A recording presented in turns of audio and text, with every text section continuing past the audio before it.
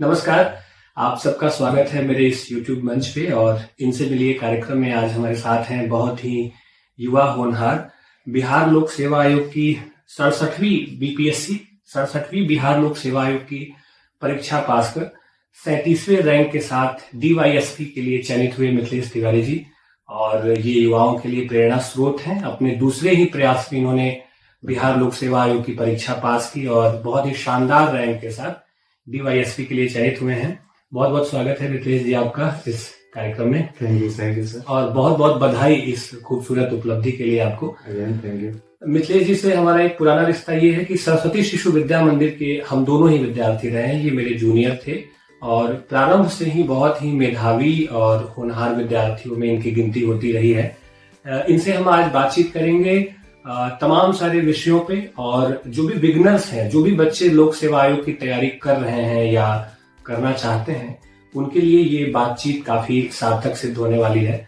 तो सबसे पहले तो आपको बहुत बधाई एक बार फिर से। धन्यवाद सर। और मिथिलेश जी आप ये बताएं कि सबसे पहले एक परीक्षा की तैयारी करने वाले जो कैंडिडेट होते हैं उनके लिए परिणाम की चिंता बहुत गंभीर होती है।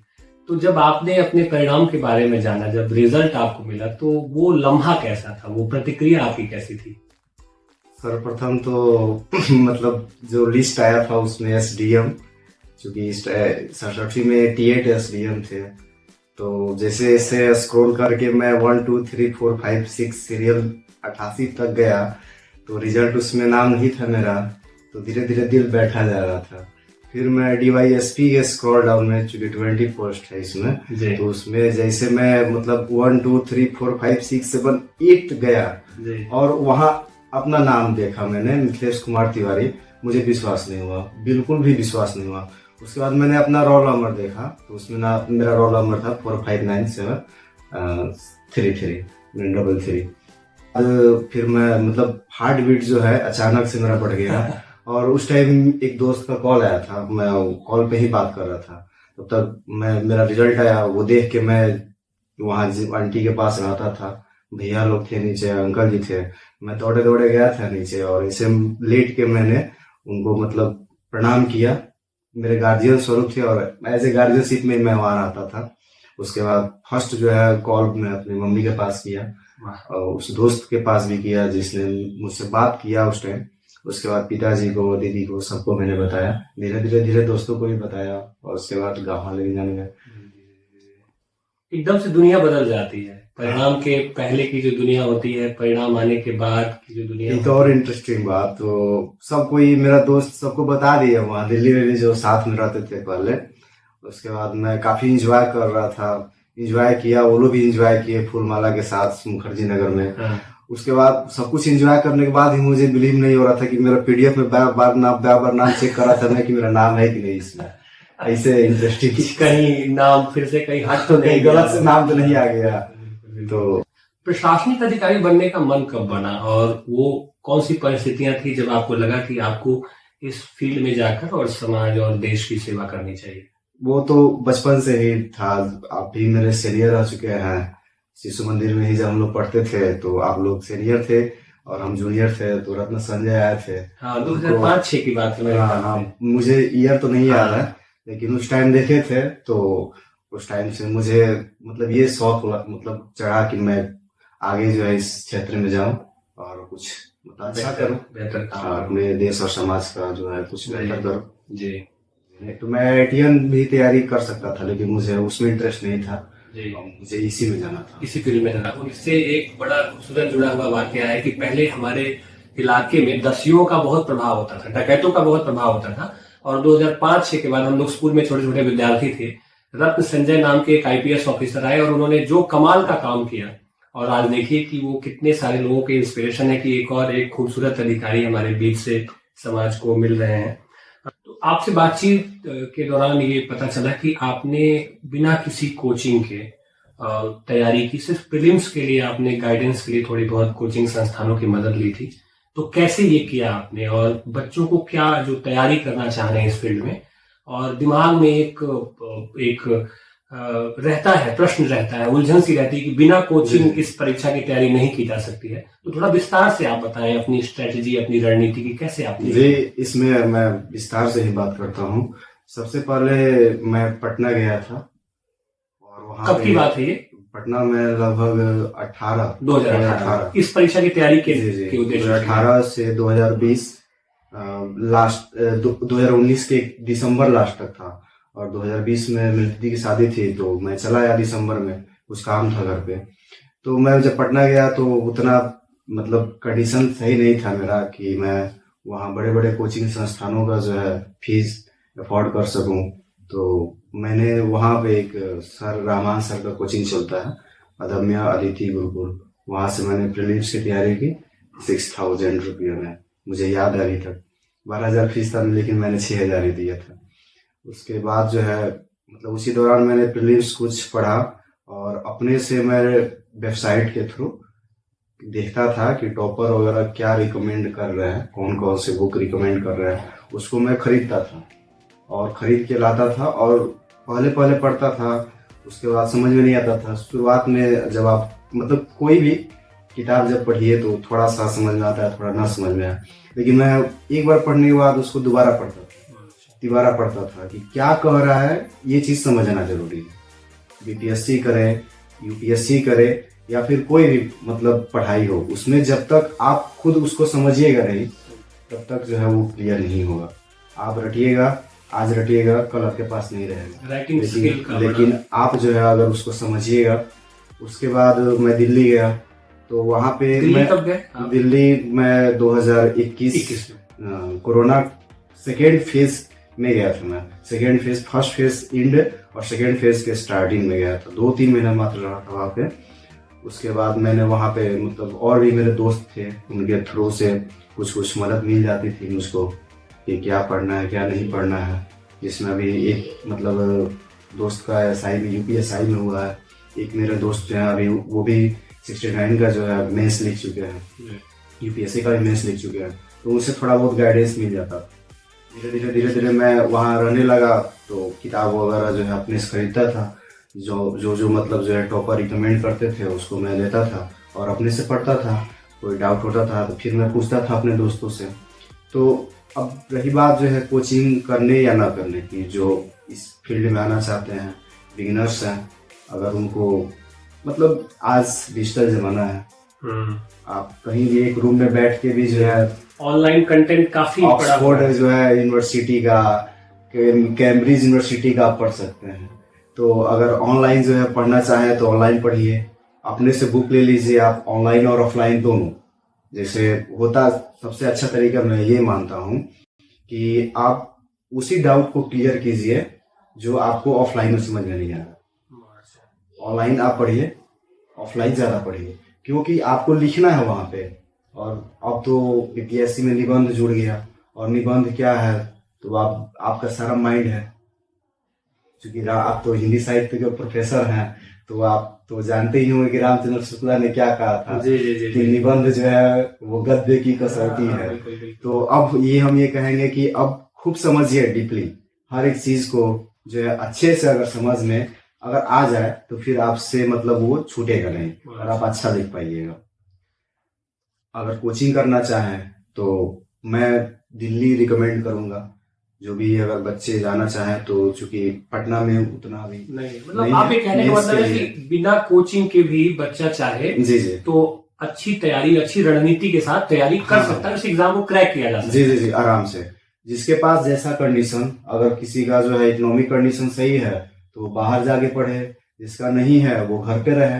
लेकिन मार्गदर्शन एक चाहिए, चाहे जो भी अगर सीनियर कोई हो, चाहे कोई लड़का जो है पहले से तैयारी कर रहा हो, तो अगर मार्गदर्शन दे आपको, आप उसका बुक जो है पढ़ते रहिए।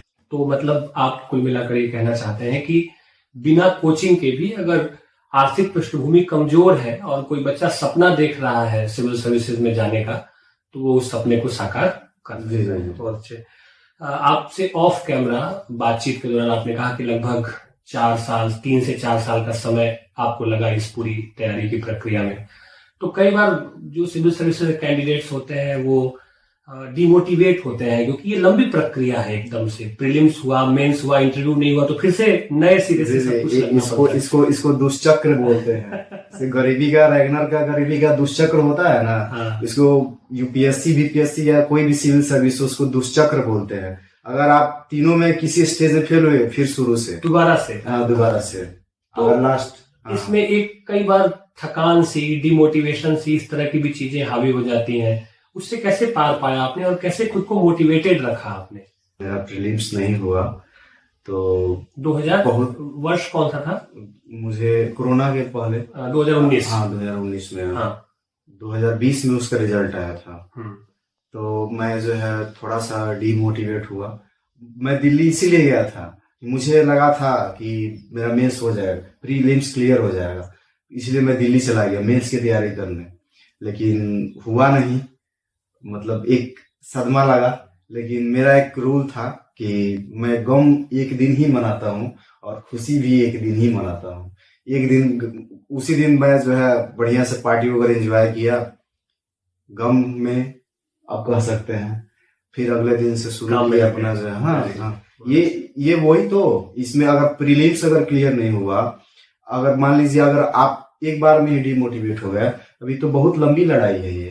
प्रीलिम्स है किसी का जो है। अब दूसरी बात, अब इसमें दूसरा चीज बता रहा है आपको, मेरा यूपीपीसीएस में जस्ट उसके बाद यूपीपीसीएस में चला गया, वहां प्रीलिम्स मैंने क्लियर किया, मेंस मैंने लिखा और मेंस का रिजल्ट जब आया तो मैं 10 दिन तक लगातार यूट्यूब में देख रहा था कि आज रिजल्ट आ रहा है, कि कल रिजल्ट आ रहा है, परसों रिजल्ट आ रहा है। मैं देख रहा था कि रिजल्ट कब आया, क्योंकि पहला लाइफ का मेंस वही था। तो लेकिन जब रिजल्ट आया, मैं काफी दिनों से वेट कर रहा था, रिजल्ट आया तो मेरा पीडीएफ में नाम नहीं था। तो फिर वही रूल, एक दिन गम, और गम में मैं जो है एंजॉय किया। उसके बाद फिर जो है उसका प्रीलिम्स क्लियर किया, लेकिन उसका मेंस नहीं दे पाया मैं। उसके बाद तब तक जो है यहाँ 67 का एग्जाम हुआ प्रीलिम्स, वो पेपर लीक कर गया। और उसके बाद जो है कुछ हंगामा वगैरह हुआ। उसके बाद चेयरमैन सर आए अतुल प्रसाद जी, उसके बाद कंटिन्यूअस एग्जाम हुआ और फेयर एग्जाम हुआ। और बहुत मतलब अच्छा लगा, उनके कार्यकाल में जो है हम लोग अधिकारी बने। तो ये मेरा 67 था, तो 67 का मैंने प्रीलिम्स क्लियर किया। उसके बाद मेरा मेंस भी हुआ, और मेंस के बाद जो है मेंस का रिजल्ट मैं रात 2-3 दिन तक जो है उसका वेट किया। तो मैं एक दिन जो है 1-2 बजे रात तक जो है जगा रह गया रिजल्ट का इंतजार करते करते। लेकिन जब सुबह में सो के उठा तो 7 बजे करीब में, सर्वर थोड़ा डाउन चल रहा था, उसमें रिजल्ट अपलोड नहीं हुआ था। 7 बजे रिजल्ट आ गया था मेरा सुबह में 7 AM में, लेकिन मैं सोया हुआ था उस टाइम। तो मेरे दोस्त ने एक फोन किया दिल्ली से कि आप देखिए आपका रिजल्ट हुआ कि नहीं हुआ। मैं देखा जैसे, तो मेरा पीडीएफ में नाम था मेंस के लिए। और उसी टाइम 69 का जो है मैं प्रीलिम्स की तैयारी कर रहा था पटना में। तो 67 का इंटरव्यू कॉल और 69 का प्री, दोनों क्लास, दोनों में सामंजस्य बैठाना था हमको। लेकिन हाँ, वो जो मेंस का रिजल्ट आया, वो मेरे दोस्त जिसके रूम पे मैं ठहरा था उनको मैं मतलब पूरा गले लगा लिया, और आंख से जो है आंसू भी आ गया कि पहला मेरा इंटरव्यू लाइफ का।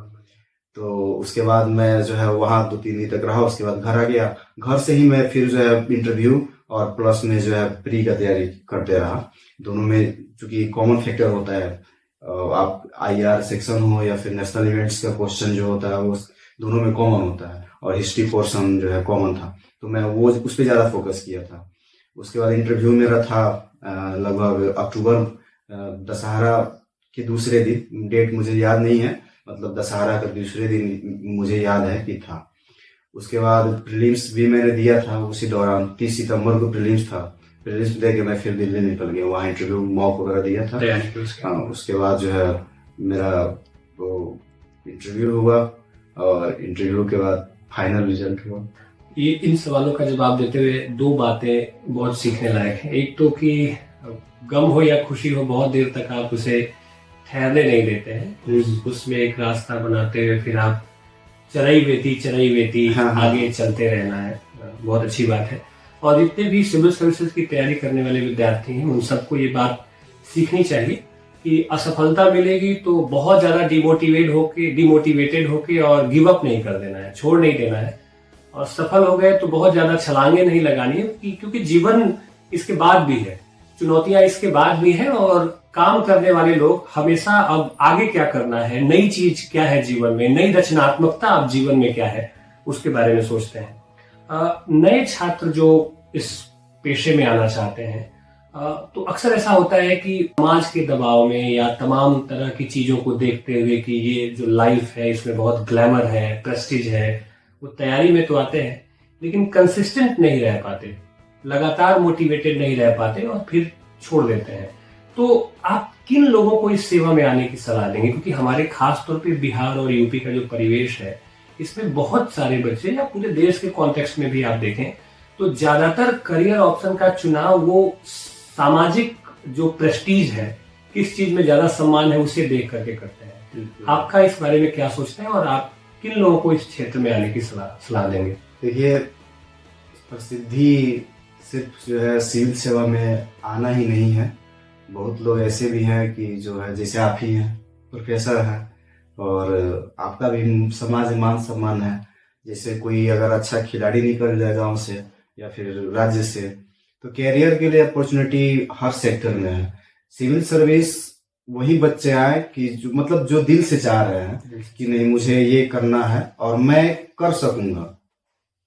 अगर आप जो है अगर दूसरे सेक्टर में अगर आप बेहतर कर सके इससे, तो मैं तो सलाह दूंगा कि आप उस सेक्टर में जाइए, क्योंकि आदमी जो है प्रैक्टिस हर चीज हर कोई नहीं कर सकता है।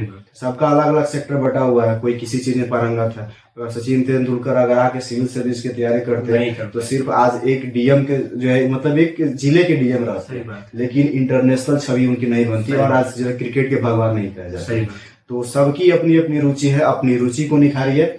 और मान सम्मान जो है वो अगर पद से ही मिलता तो जो है आज रतन टाटा जी जो है किसी पद के नहीं, किसी पद पे नहीं है, बड़ा अंपायर है। लेकिन एक जो है वो खुद उनका मैंने जो है इंटरव्यू मतलब पढ़ा था मैंने, वो लिखे थे कि वो भी सिविल सर्विस की तैयारी कर रहे थे, तो शायद नौकरी वगैरह की तैयारी कर रहे थे। तो उनका ये कथन था कि अगर मैं आज नौकरी में होता तो देश के जो है लाखों लोग जो है आज बेरोजगार होते। सही बात है। तो मेरे आइडियल भी है चूंकि वो, और तो इसीलिए कि जिस सेक्टर में जिसको आना है, जिस सेक्टर में जाना है, अपना तन मन धन समर्पित करके जो है अपना नाम कमाए। अगर इस सेक्टर में आना है, अगर सिविल सर्विस की तैयारी करना है, तो आप लोगों का वेलकम है।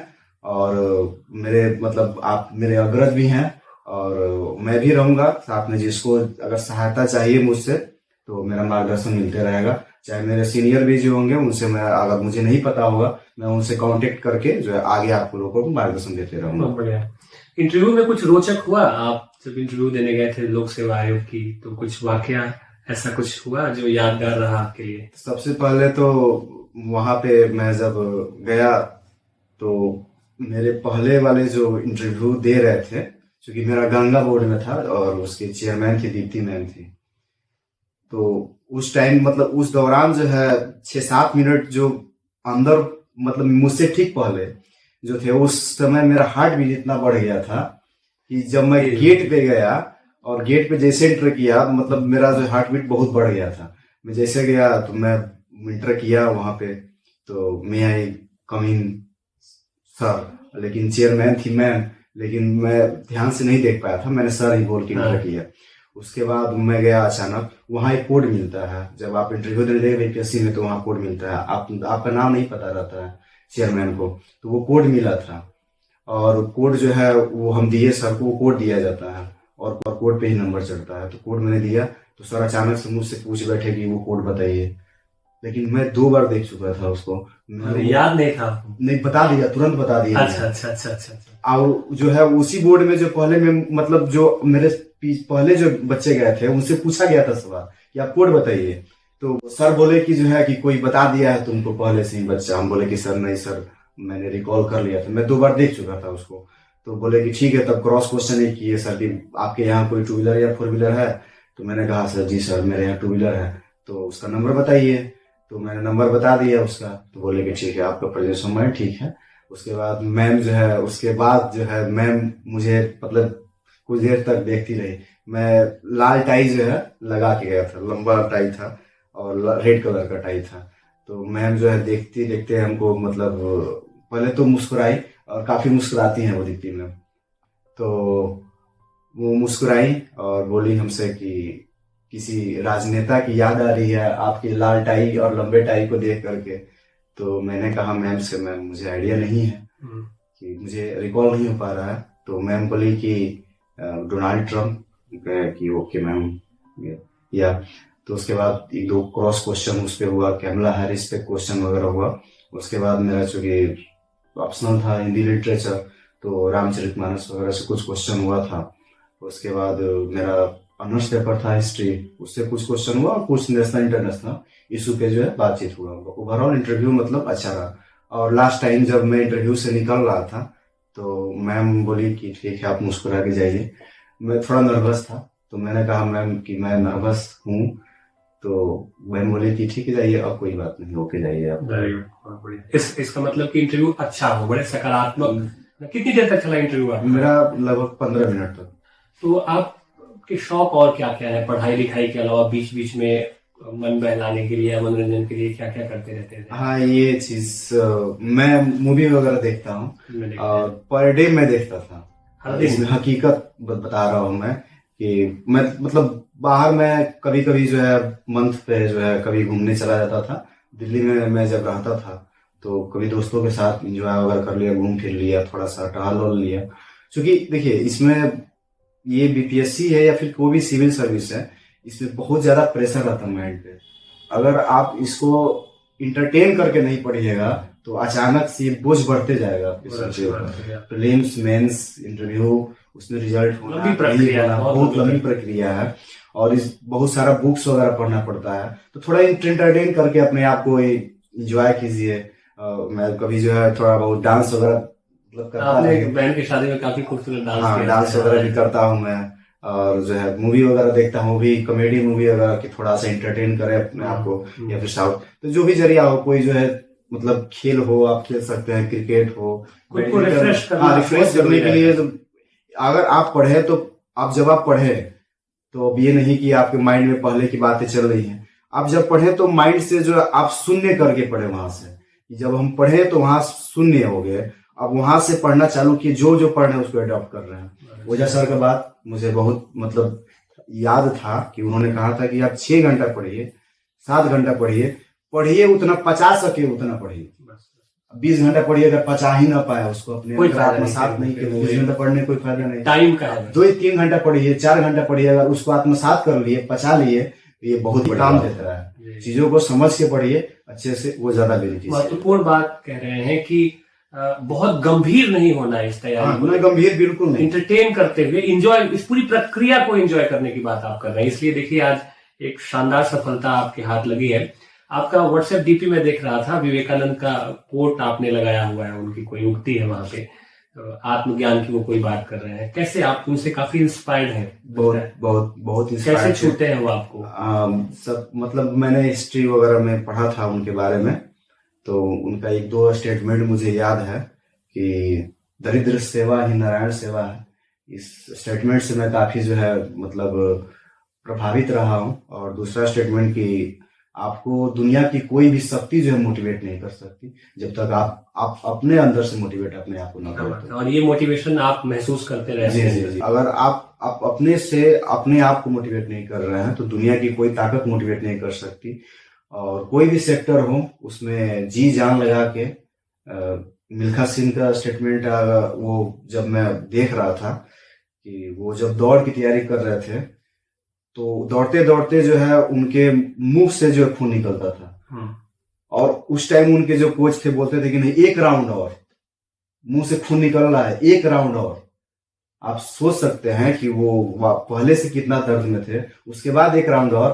तो ये अगर आप लग गए, अंदर से मोटिवेट होकर लग गए, तो आप कर ही लीजिएगा। कोई भी काम हो, चाहे वो सिविल सर्विस हो, चाहे प्रोफेसर हो, चाहे क्रिकेटर हो, चाहे या फिर अभिनेता हो, या फिर मॉडलिंग हो, दुनिया के कोई भी काम हो, अगर आप चाह दे तो वो इम्पॉसिबल नहीं। क्या बात, बहुत जोरदार बात कही आपने। रिजल्ट आने से पहले आप गांव के लिए, हम सबके लिए, मेरे लिए जूनियर थे, मेरे स्कूल में थे, और सारे लोगों के लिए, किसी के लिए चाचा थे, किसी के लिए भाई थे, किसी के लिए कुछ थे, मेरा ये मानना है कि जब आप कामयाब होते हैं तो आपको देखने की निगाह समाज की और लोगों की बदल जाती है, और एक दबाव भी उसका रहता है, कई तरह से जी, लोगों जी। की अपेक्षाएं रहती हैं। उसको आप कैसे देखते हैं और कैसे डील करते हैं आप उसको? पद के साथ जिम्मेदारी भी बढ़ जाती है। और चूंकि मैं गांव समाज का लड़का हूं, तो जो आपने कहा कि मतलब हम आपके जूनियर हैं, तो ये हमेशा रहेगा। और मतलब जो भी मेरे से सीनियर हैं उनके लिए मान सम्मान जो है वो बराबर रहेगा, वैसे ही रहेगा। इसी गांव की पृष्ठभूमि से निकला हुआ हूँ, इसी देश की माटी से मैं बढ़ा हुआ हूँ, तो इसी देश की माटी के लिए जो है मैं करूँगा कुछ। और जो भी मतलब अगर मेरे क्षेत्र के बच्चे जो पढ़ना चाहें आगे, उनको फाइनेंशियली हो या फिर जो है मतलब मेंटली हो, हर तरह से मैं मदद करने की कोशिश करूंगा। मिथिलेश जी की एक बड़ी खूबी है कि बड़े लोग जो होते हैं वो बड़ी सफलता के बाद भी उनमें बड़ी विनम्रता रहती है। मैं देख रहा था, मेरी बहन की शादी थी, आप आए हुए थे, गांव के तमाम तरह के लोग मिल रहे थे, यथोचित आदर सबके लिए आपके मन में था। मैंने ये कभी नहीं देखा, चलते चलते कई बार देख रहा था कि कोई आपसे मिलना चाह रहा हो, आपसे बातचीत करना चाह रहा हो और आपने उन्हें समय ना दिया हो। हालांकि लोगों का ये रहता है कि कोई अधिकारी है, कोई ऑफिसर है, तो कई तरह की चीजें रहती है कि मिलना जुलना बैठना, लेकिन आपने सबको एंटरटेन किया। तो ये चीजें सीखी जा सकती हैं कि आप जैसे जैसे ऊंचाई पे पहुंचते हो आपके भीतर विनम्रता भी उतनी ही ऊंची होती चली जाती है। तो ये आप में एक बड़ी खूबी है।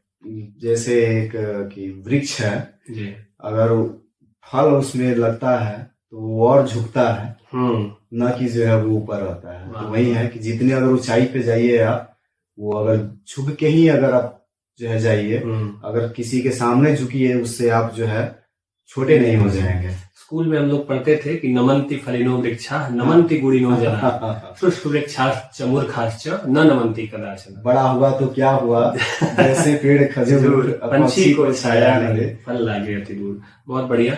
अंत में आपसे मैं कहना चाहूंगा कि आप युवाओं को क्या संदेश देना चाहेंगे? बहुत संक्षिप्त एक संदेश आपका, जितने भी मेरे व्यूअर्स हैं या आने वाले समय में कई पीढ़ियां आपको देखेंगी और कई सारी पीढ़ियों के लिए आप एक सोर्स ऑफ इंस्पिरेशन है, तो उन्हें किसी भी फील्ड में वो जाना चाह रहे हो, कुछ भी करना चाह रहे हो, उनके लिए आपका क्या संदेश रहेगा?